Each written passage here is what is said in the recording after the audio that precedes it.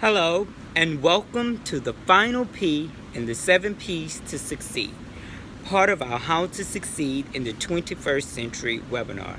I am Adrian Seven Washington, and I'm going to share with you the final P, which is planning. And what that is to arrange a method or scheme beforehand or any work, enterprise, or proceeding. What that means, work on running the business. When I say that, what we need to do, or what I find I needed to do, was set daily and weekly quotas, as well as end of the day, week and month reports. By being able to set daily quotas, I know I wanted to make at least $1,500 a day, because I knew what I want my business to run and operate. At one point it was 500, then it got to 1,000, 1,500, and it has been growing because I have to feed people and get assistance and all of that. So what I started doing was setting daily quotas, weekly quotas, and monthly quotas. And when I don't meet quotas, what I do is I use that time in between time to work on my marketing. During downtime, that's when I work on setting agendas, marketing scripts, also ways and innovative ways to help bring in more business. One of the things I've learned about having my business or having a business is sometimes it's better to work more on the business than in the business. Also, you want to cut costs and increase revenue by recruiting new talent and team members. What I have found is work that I'm not good at, I hire someone else to do, because I realize I'd rather go and make the money and pay someone else to do it than me wasting time and money trying to do something I'm not good at. Say, for instance, I charge $150 for a haircut.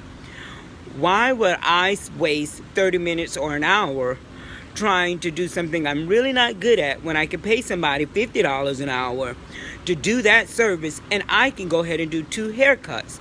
So I've realized also by cutting costs and increasing my revenue is by training my new staff.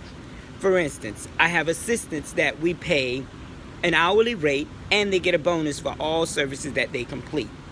While I can't do everybody hair, the services that I've trained them how to do will help to bring in revenue for the business, help to afford them a nice lifestyle so they can have money in their pockets and they can live nicely too, because I don't believe that I should be living all grand and they should just be getting pennies and be peasants. No, I think everybody involved in the transaction should benefit. And in my business, I have many sevens running around. And when I say that, I don't hire assistants that's ever worked at any other salons, simply because I like to get them raw, fresh, be like a log, carve them the way I want them to be. I don't have to teach them new things, break old habits, should I say. Everything they know is what they learn from me. They duplicate it just like me. They replicate it like me. And the clients realize they get a carbon copy and it's still just as good. And clients who've never had me don't know what they're missing because they're going straight to the assistants or straight to the new staff. So that's why it's good to have people to do the work for you, train them up. And then that way you can make more money for the business and still be able to eat a piece of the pie. One of the things I realize is the people at the top of Disney World do not work in the park. And what that means is once you get up higher and higher and you start becoming more in a boss role, you don't need to be doing chef work, or you don't need to be doing the cooking, or you don't need to be doing the fitness training. You've trained your trainers how to train, or you've taught your chefs how to cook. You've taught your assistants how to style and do hair. So you don't have to do all the work. Let them do the work, let them generate the revenue, and you work on building the business and growing the business, because that's how we move out of entrepreneurial state and become more corporate and more company-wise and more bankable. And last but certainly not least, plan your success. Write down the vision. Keep it in a binder. Review weekly, daily, and adjust as needed. I can't say this enough. Writing down your goals, not only does it put everything in stone, but when you see them and you keep repeating them to yourself and you review them weekly and daily and everything, you commit to that. If it isn't on the sheet of paper, or if it isn't in the notebook, or if it isn't on the goal, you're not going to do it. And that's one of the things that I've realized about running my business. As I said, 3 months, 6 months, a year, 5-year, and 10-year goals, and just commit to that and repeat them, write over, scratch them out, and do all of those things. And that's what has helped me to get to this point. This is the final P in the 7 P's to succeed, and that is planning, meaning work on running the business.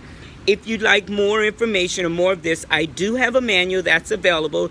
Usually we sell the manual for $99. However, what I'm going to do is I'm going to extend it through this webinar for 3 more days for only $24.99.